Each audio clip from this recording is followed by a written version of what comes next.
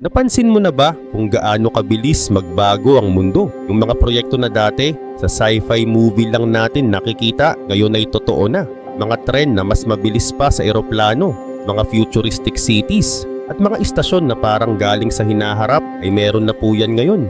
Pero syempre may kapalit ang ganitong level ng kamodernohan at yan ay bilyon-bilyong dolyar. Sa video na ito silipin natin ang pinakamahal, pinakamalaki at pinakaambisyosong construction project sa buong mundo na gawa na at ginagawa na ngayon.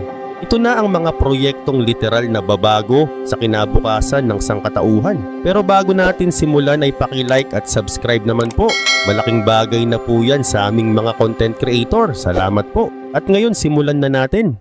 Number 12, California High Speed Rail Connecting the Future. Isang revolusyon sa transportasyon ang kasalukuyang isinasagawa sa Amerika at nangyayari ito mismo sa California. Noong January 2015, sinimulan ng California High Speed Rail Authority ang kauna-unahang proyekto ng ganitong klase sa Estados Unidos. Isang high-speed railway na magkokonekta sa San Francisco, Los Angeles at Anaheim. Sa unang yugto pa lang, aabot na sa 795 kilometers ang haba ng rutang ito. Pero hindi doon nagtatapos ang plano. Sa second phase, palalawigin pa ito mula Sacramento sa Hilaga hanggang San Diego sa timog. Kapag nakumpleto ang kabuuang haba ng railway ay aabot sa 1,249 kilometers. Ang ideya ng high-speed rail sa US ay matagal nang napag-isipan noong 1979 pa. Pero hindi ito natuloy noon. Ngayon dahil sa biglaang paglobo ng populasyon ng California, napilitan ang pamahalaan na mag-modernize ng transport system. At dito na pumasok ang high-speed rail bilang solusyon. Ang proyekto ay planado sa pinakamataas na detalye, mula sa disenyo hanggang sa karanasan ng bawat pasahero. Bawat tren ay aabot sa 400 metro ang haba at may iba't ibang klase ng coaches. May quiet car, play area para sa bata, dining car, at kahit conference room. Sa bawat biyahe, kaya nitong magsakay ng halos 1,300 pasahero at inaasahang magkakaroon ng 115,000 na pasahero araw-araw. Ang mga istasyon ay hindi rin basta-basta. Lahat ay magkakaroon ng modernong pasilidad gaya ng parking, pick-up, drop-off zones, transit lounges at maintenance facilities. Siyempre hindi biro ang presyo. Ayon sa estimate, aabot sa $128 billion ang kabuuang halaga ng proyekto. Pero kapalit nito, magiging mas mabilis, mas maayos, at mas environment-friendly ang transportasyon sa California. Mababawasan ang trapiko, bababa ang carbon emissions, at libu-libong trabaho ang malilikha habang ginagawa ito at pagkatapos nitong matapos. Sa proyektong ito, hindi lang biyahe ang binabago ng California, kundi ang mismong kinabukasan ng American Transport System. Number 11, the Gateway Program, revamping Northeast Railways. Mula naman sa kanlurang bahagi ng US, lipat tayo sa Northeast Corridor, isa sa pinakaabala at pinakakritikal na railway routes sa buong Amerika. Dito papasok ang Gateway Program. Isang napakahalagang proyekto na layuning ayusin at gawing modernong muli ang koneksyon sa pagitan ng New Jersey at New York. Ang Gateway Program ay inilunsad ng Amtrak noong 2011 pero formal na naaprubahan ang full-scale construction nito noong 2021 at sinimulan ang aktwal na trabaho noong 2023. Sa unang phase ng proyekto, magtatayo sila ng bagong 2-track tunnel sa ilalim ng Hudson River. Kasabay nito, aayusin din ang existing tunnel, ang North River Tunnel na nasira noong Hurricane Sandy noong 2012. Kasama rin sa plano ang mga sumusunod, pagpapalit ng Portal North Bridge at Sawtooth Bridges, pagtatayo ng Portal South Bridge, construction ng Bergen Loop, mga bagong istasyon sa New Jersey para mas madaling makasakay ang mga pasahero. Sa laki ng scope nito, hindi katakataka na aabot sa $16 billion ang kabuuang gastos. Pero ayon sa mga opisyal, justified ito dahil layunin nitong gawing mas maaasahan, mas mabilis at mas environment-friendly ang biyahe sa pinaka-importanteng koridor ng tren sa bansa. Kapag natapos, 4 na linya na ang pwedeng gamitin sa pagitan ng New Jersey at New York, doble sa dati. Mas maraming tren, mas konting delay at mas maraming taong matutulungan. Hindi lang ito tungkol sa riles, ito ay tungkol sa pagkakakonekta ng mga lungsod, kabuhayan at komunidad. Isang hakbang patungo sa mas modernong Amerika. Number 10, Xiong'an New Area, the Future Built as a City. Wala talagang kapaguran ang China pagdating sa pag-iisip ng malalaking proyekto. At ito na siguro ang isa sa pinakaambisyoso nila. Ang Xiong'an New Area ay isang bagong lungsod na itinatayo sa hilagang bahagi ng China. Sinimulan ito noong 2017 at kahit ngayon pa lang ay tinitirhan na ng halos 1,500,000 tao, hindi pa ito tapos. Ayon sa plano, fully completed ito pagsapit ng year 2035. Pero kahit di pa ito buo, nakakabilib na agad ang development. Bakit nga ba ito itinayo? Simple, para balansehin ang pag-unlad sa buong bansa. Mas mabilis kasing umuunlad ang Southern China, kaya naisip ng pamahalaan na magtayo ng bagong lungsod sa North bilang industrial hub. At isa pa, malapit ito sa Beijing. Nasa 100 kilometro lang ang layo, kaya malaking tulong ito para bawasan ang siksikan sa kapital. Pero hindi lang ito basta relocation plan. Ang Xiong'an ay designed to be a smart, green and high-tech city. Ibig sabihin lahat ng kailangan ng mga residente, hospital, paaralan, palengke, transportasyon, nasa loob ng 5-minute walking distance. Wala ring mga tradisyonal na sasakyan dito. Ang tanging allowed ay autonomous electric vehicles o self-driving cars na walang polusyon. At kung mahilig ka sa nature, perfect dahil 14 na milyon na puno at halaman na ang naitanim sa lungsod simula pa noong 2017. Ngayon ang tanong, magkano ang lahat ng ito? Ayon sa opisyal na ulat, ang proyektong ito ay nagkakahalaga ng humigit kumulang $95 billion. At tandaan, hindi pa yan ang final cost. Posibleng mas tumaas pa habang lumalapit ang completion date. Number 9. JFK Airport Expansion, ang modernong muling pagsilang ng paliparan ng New York. Kung New York ang pag-uusapan, isa sa mga pinakasikat na paliparan sa buong mundo ay walang iba kundi ang John F. Kennedy International Airport o JFK. Matagal na itong ginagamit, itinayo pa noong year 1947. Kaya't makatuwiran lang na isa ito sa mga pangunahing tinutukan ng US para sa modernisasyon. Noong 2017, inilunsad ng gobyerno ng New York ang pinakamalawak na redevelopment plan sa kasaysayan ng JFK. Layunin nito, gawing world-class at interconnected ang buong airport. Hindi lang sa ganda, kundi pati sa daloy, seguridad at kapasidad. Ang plano, pagsamahin ang magkakahiwalay na terminal para makagawa ng isang unified mega terminal na mas mabilis at mas komportable para sa lahat ng pasahero. Ayusin din ang buong road system papasok sa airport. Gagawing tuloy-tuloy at walang bottleneck. May bagong modernong parking complex, mas malalawak na check-in area, high-end restaurants, shopping spaces at conference zones. Hindi lang yon, magkakaroon din ng high-tech security features tulad ng facial recognition, AI-powered surveillance cameras at smart crowd control systems. Bakit ganito kalaki ang investment? Dahil inaasahang aabot sa 100 milyong pasahero kada taon ang gagamit ng JFK pagsapit ng year 2050. At kung hindi sila kikilos ngayon, baka mag-collapse ang sistema ng airport sa sobrang dami ng tao sa loob ng susunod na 10 hanggang 15 taon. Ang construction ay sinimulan noong 2022 at inaasahang matatapos bago mag-2030. Ang budget, umabot na ito sa $19 bilyong.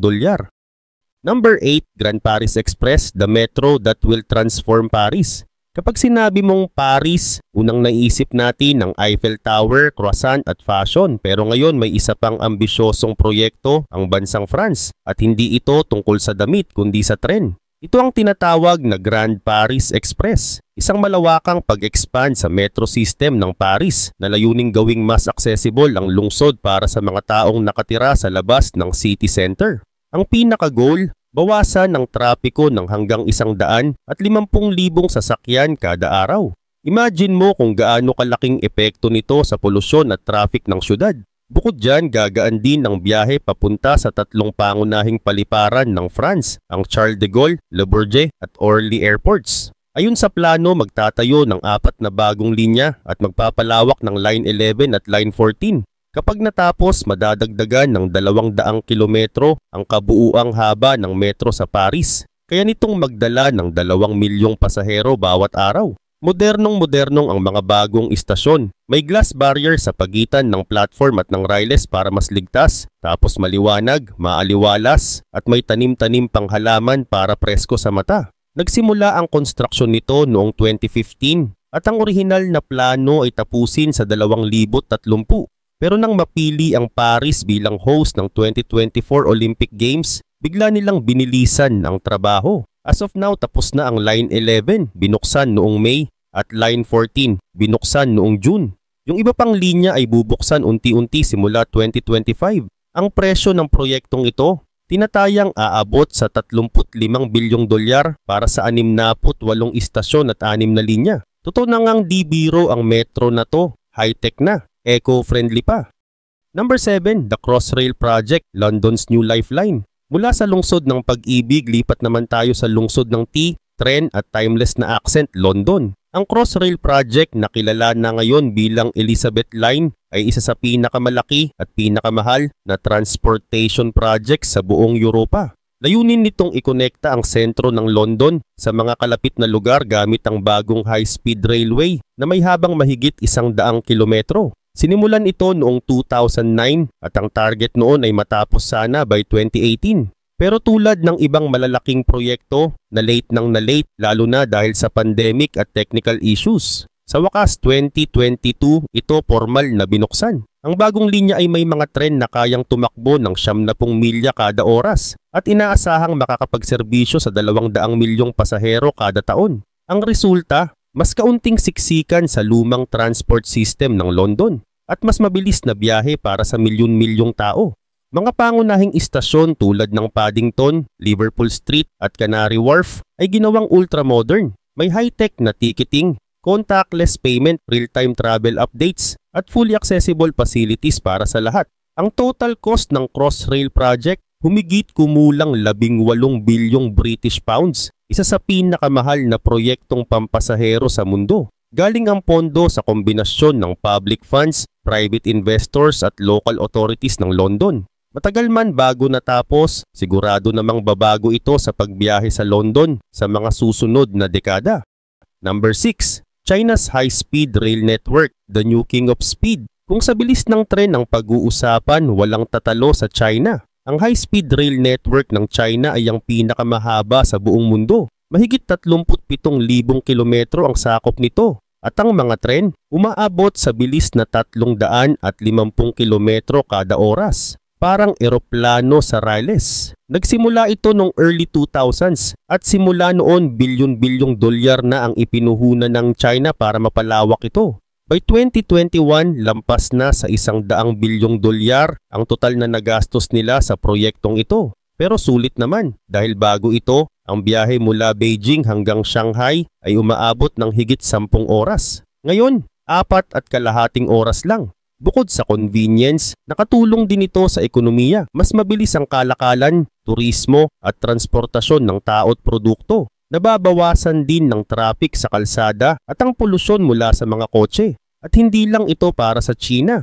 May plano na rin ng gobyerno nila na ikonekta ang kanilang tren patungong Southeast Asia, kabilang ang Vietnam, Laos at Thailand para mas lumawak pa ang regional connectivity. Ang mga tren ay moderno at kumpleto sa amenities. May wifi, malalawak na upuan at food service kaya kahit mabilis, hindi ka mabibitin sa comfort. Sa dami ng expansion plans na nakahanay, mukhang ang future ng paglalakbay sa buong Asia ay dadaan sa tren ng China. Number 5, Stuttgart 21. The future of rail travel sa southwest ng Germany, matatagpuan ang lungsod ng Stuttgart, isang sentro ng inobasyon, negosyo at urban development. Noong 2008, tinawag ng kanilang lokal na pamahalaan ang lugar na the New Heart of Europe. At para patunayan ito, inilunsad nila ang isang napakalaking proyekto, ang Stuttgart 21. Layunin nitong ganap na baguhin ang railway system ng lungsod at hindi lang basta expansion ng plano. Gigibay ng luma nilang train terminal at papalitan ito ng isang modernong underground station na mas mabilis, mas efficient at mas pangmatagalan. Pero ang twist, ang bagong istasyon ay hindi itatayo-patayo gaya ng dati. Ihihiga ito ng 90 degrees at itatayo sa ilalim ng lupa kasama ng 30 kilometro ng bagong tunnels at 57 kilometro ng railway lines. Kapag natapos ito, ang dating mahigit 2 oras at kalahating biyahe mula Stuttgart papuntang Munich ay magiging 1 oras at kalahati na lang. Malaking tulong ito hindi lang sa daily commuters, kundi sa buong ekonomiya ng rehiyon. May expansion din papunta sa Stuttgart Airport at Exhibition Center para maging fully connected ang mga mahahalagang pasilidad ng lungsod. Nagsimula ang construction noong 2010 at bagamat ang original na budget ay 2 bilyong euro, ngayon ay lampas 11 bilyong euro na ang nagagastos. Pero hindi lang tren ang laman ng proyektong ito. Kasama rin sa design ang park spaces, open areas at iconic structures tulad ng 28 malalaking haligi na hugis tasa sa bagong istasyon. Para lang mabuo ang mga ito, 300 toneladang bakal at 600 cubic meters ng konkreto ang kinailangan. Marami ang nagduda kung kakayanin ito ng Germany, pero itinuloy pa rin nila. Inaasahang matatapos ang Stuttgart 21 sa 2025 at kapag natapos, ito na ang magiging simbolo ng modernong urban planning sa Europa. Number 4. ITER, the future of energy. Kung may isang proyekto na literal na gustong gumawa ng araw sa loob ng lupa, ito na yun. Ang ITER or International Thermonuclear Experimental Reactor ay isang pandaigdigang proyekto na may layuning paandarin ang mundo gamit ang lakas ng nuclear fusion, ang parehong enerhiya na nagpapasiklab sa araw. Matagal ng plano ito, mula pa noong 1980s pero 2010 lang talaga nagsimula ang construction. Ginagawa ito sa isang bayan sa southeastern France na tinatawag na Saint-Paul-les-Durance. Sa proyekto, kasama ang lahat ng bansa sa European Union, pati na rin ang Japan, Korea, Russia, India, China at USA. Ang core ng project ay isang napakalaking tokamak, isang circular chamber kung saan ipapasok ang plasma. Isang uri ng super hot gas na iikot gamit ang magnetic field. Para gumana ito, kailangang umabot ang temperatura sa loob ng reaktor sa 150 milyong degrees Celsius. Mas mainit pa sa araw. Pero ito ang twist. Para hindi matunaw ang reaktor, kailangan din niyang palamigin ang mga magnet sa temperature na negative 200 at 69 na degrees Celsius. Ibig sabihin kung magtagumpay ang eksperimento, magiging ito ang pinakamainit at pinakamalamig na lugar sa mundo. Sabay, ang buong tokamak structure ay aabot sa 70 metro ang taas at may bigat na 23,000 tonelada. Hindi mo ito maiisip na posible, pero ayon sa mga siyentipiko, kaya natin to. As of today, lampas 25 bilyong dolyar na ang ginugol sa project, pero kung magtagumpay ito, pwedeng magbukas ito ng bagong panahon sa clean energy. Walang carbon emission, walang fuel crisis at halos walang limitasyon sa supply ng kuryente. Hindi lang ito pag-asa para sa France, kundi para sa buong mundo. Number 3. Mumbai-Ahmedabad High-Speed Rail, India's Transport Revolution. Isang napakalaking transport project ang kasalukuyang ginagawa sa India. At kapag natapos ito ang magiging kauna-unahang high-speed railway ng buong bansa. Ang proyektong ito ay magkokonekta sa dalawang mahalagang lungsod, Ahmedabad sa Gujarat at Mumbai, ang kabisera ng Maharashtra. Sa kabuuan, aabot sa 508 kilometers ang haba ng tren. At ang ruta nito ay binubuo ng ground corridor, tunnel at elevated tracks. May 27 kilometro nito ang nasa ilalim ng lupa, kasama na ang underwater section. Oo, dadaan sa ilalim ng tubig ang tren. Dati, aabot ng 8 oras ang biyahe mula Ahmedabad papuntang Mumbai.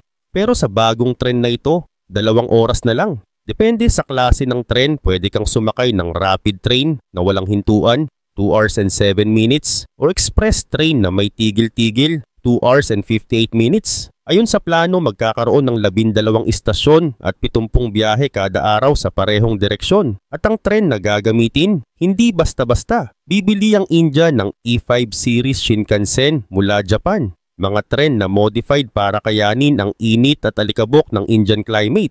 Kaya nitong tumakbo ng hanggang 350 kilometro kada oras. May 10 to 16 cars at kayang magsakay ng 1,300 hanggang 1,600 pasahero sa bawat biyahe.